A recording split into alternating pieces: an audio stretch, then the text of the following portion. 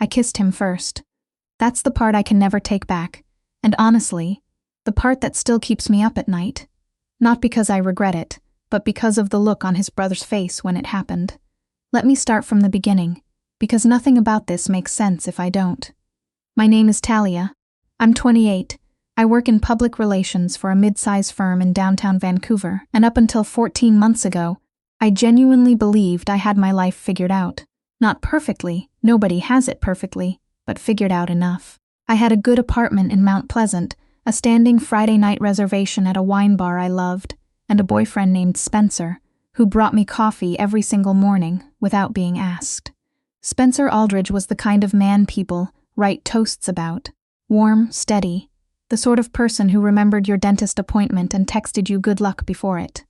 We'd been together 2 years. His mother adored me. My sister used to call him the good one as a joke, except she wasn't really joking, and neither was I. I thought I was happy. I think I actually was, in a quiet, careful sort of way. The problem with quiet happiness is that you don't always notice the moment it stops being enough. The charity gala was Spencer's idea, or rather, his firm's idea, and he needed a +1. It was a fundraiser for a children's hospital foundation, held at the Fairmont Pacific Rim, and the kind of event where every woman in the room is wearing something she'll only wear once. I borrowed a dress from my friend Cadence, dark green, off the shoulder, and I remember thinking in the Uber on the way there that I looked good. Actually good, not just presentable. Spencer held my hand and told me I was the most beautiful woman in the city, and I laughed it off because he always said things like that. And somehow I had learned to just let them slide past me like water. That should have been a sign. But I wasn't paying attention to signs. The gala was stunning in the way those events always are, all candlelight and white tablecloths, and people who smell expensive. Spencer got pulled into a conversation with 2 partners from his firm almost immediately, and I didn't mind. I got a glass of Pinot Gris and drifted toward the windows. The view of Burrard Inlet at night is the kind of thing that makes you feel small in a good way. You look like you're solving a very serious problem. I turned. The man standing beside me was tall, not imposingly so, just enough, with dark hair that needed cutting and the kind of jaw that made you aware you were looking at it. He was holding a glass of sparkling water, no alcohol, which I noticed because it stood out in that room. He was wearing a charcoal suit with no tie, top button open, which should have looked underdressed and somehow didn't. I was deciding whether the reflection of the lights on the water looks more like scattered diamonds or a broken mirror, I said, which was the honest answer, and probably not what he expected. He looked out at the water, considered it. Broken mirror, he said. Diamonds are too neat. I liked him immediately. I told myself it was just easy conversation with a stranger at a party, the kind you have and then forget. His name was Dorian Ashfield. He worked in private equity. He said it the way people say things they're slightly tired of explaining, and he asked me what I did and actually listened when I told him. We talked for 40 minutes. I know it was 40 minutes because Spencer texted me at the 40-minute mark asking where I was, and I looked at the time and genuinely could not believe it had passed that quickly. I should find my boyfriend, I said. Something shifted in Dorian's expression. Not dramatically. He was too controlled for that, but something. Of course, he said. It was nice meeting you, Talia. He hadn't introduced himself with a last name, but he said mine like he'd already memorized it. I found Spencer, and I didn't think about Dorian again, or I tried not to, the way you try not to think about a song that's already stuck in your head. 3 weeks later, Spencer's company held a team dinner at a restaurant in Yaletown, and he asked me to come. It was a smaller thing, 8 people, a private room, nothing formal. I arrived a few minutes late because I'd been stuck on a call with a client in Toronto, and when I walked in, most people were already seated. Spencer was at the far end of the table. He waved.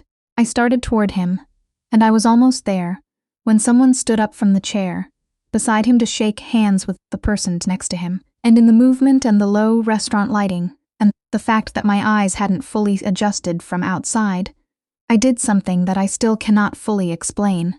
I put my hand on his shoulder. He turned, and the scent was wrong, but familiar, and the jaw was the same, and for one completely disorienting second my brain didn't catch up to my eyes. I leaned in and kissed him on the cheek. In the exact moment my lips touched his face, I knew. I knew because the posture was different, straighter, slightly more guarded, and because the scent was cedar and something cooler than what Spencer wore.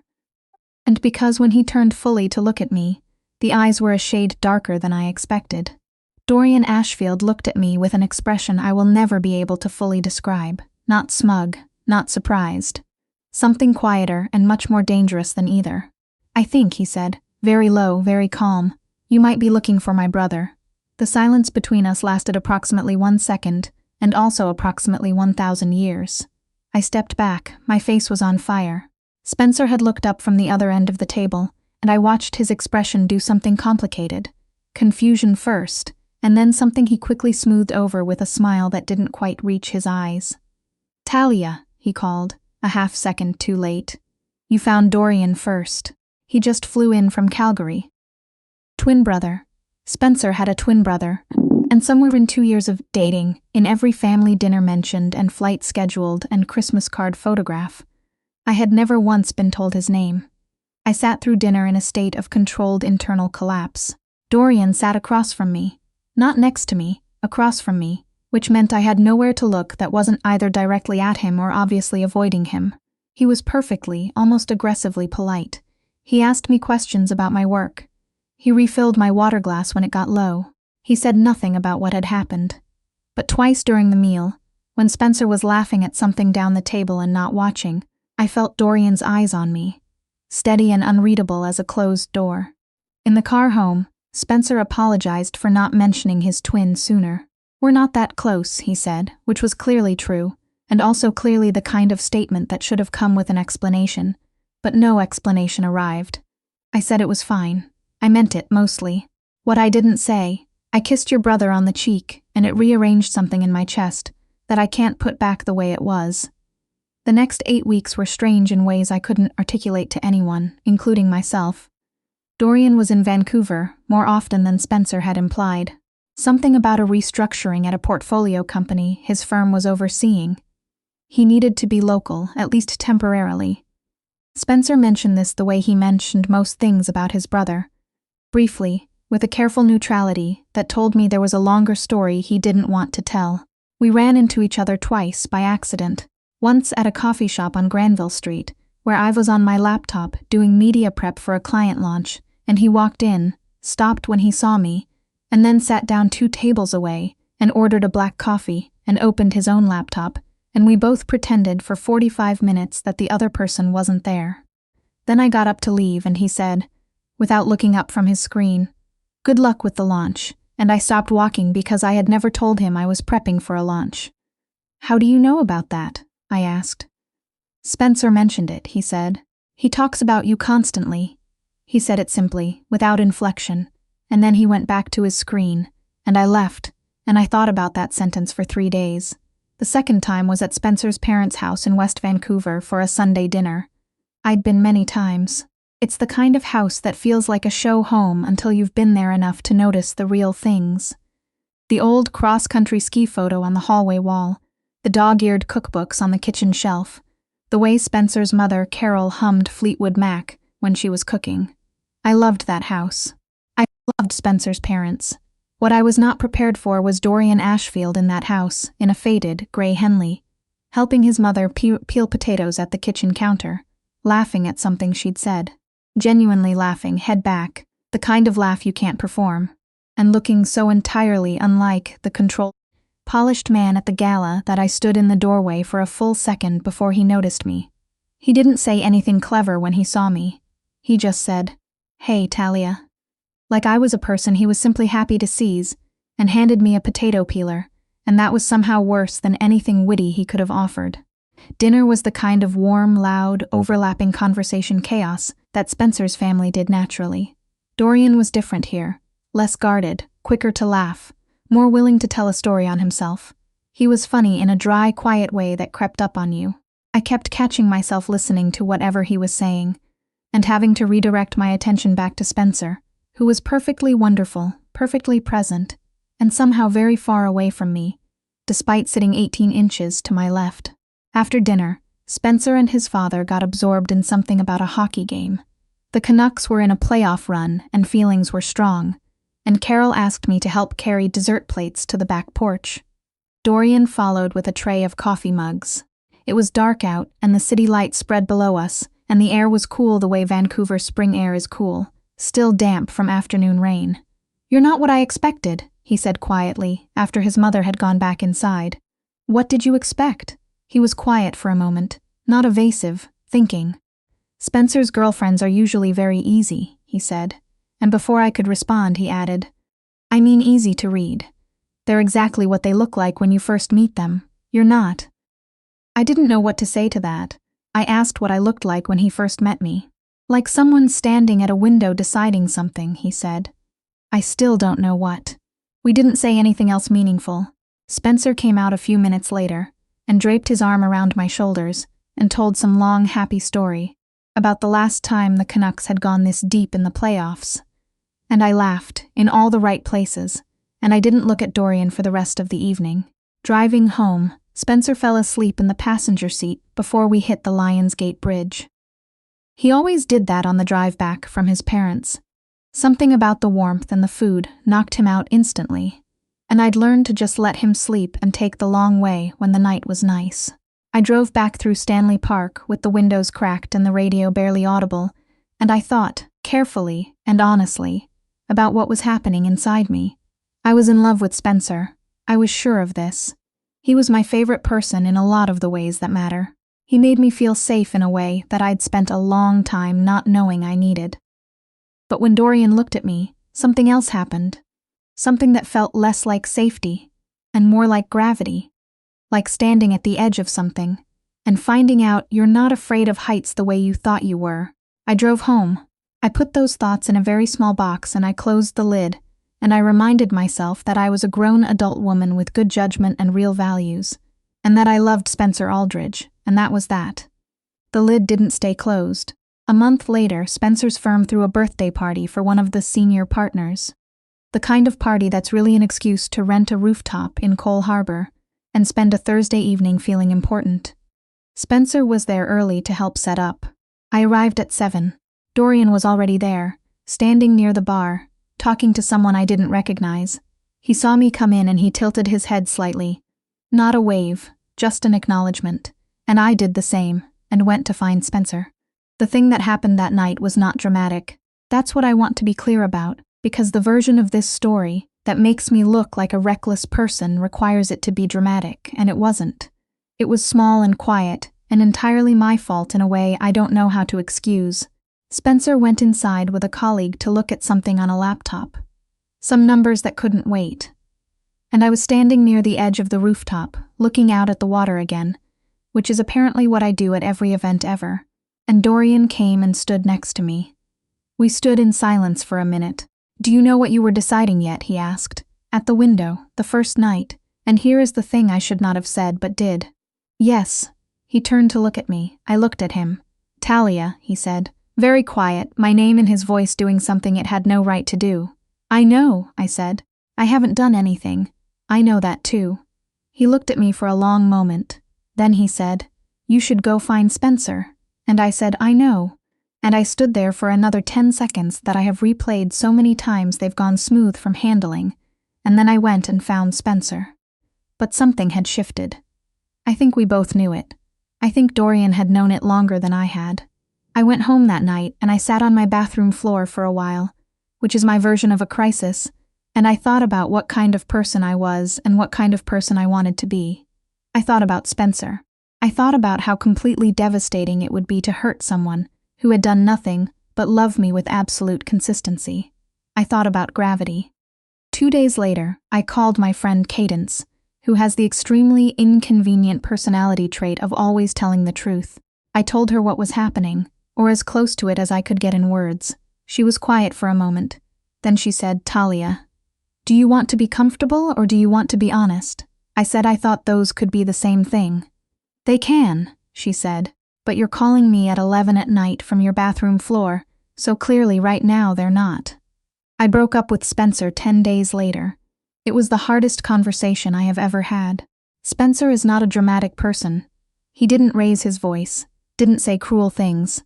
But what he did do was look at me with this quiet, careful expression while I talked, like he was listening to bad news about someone he loved, which I suppose he was. When I said I thought I had feelings for someone else, I didn't say who. He didn't ask, not right away, but toward the end, after a long silence, he looked at his hands and he said, "Is it Dorian?" I couldn't lie to him. That felt like the one thing I owed him absolutely. "I don't know what it is," I said, "but I think yes. I'm so sorry, Spencer." He nodded, slowly, for a long time. Then he said, "He didn't." "No," I said immediately. "Nothing happened, I promise you that." Another nod. He got up eventually. He said he needed some time, which was more than fair, which was honestly the least he owed himself. What happened after that was not a love story in the easy sense. Dorian didn't come to my door 2 days later with his heart on his sleeve. He didn't reach out.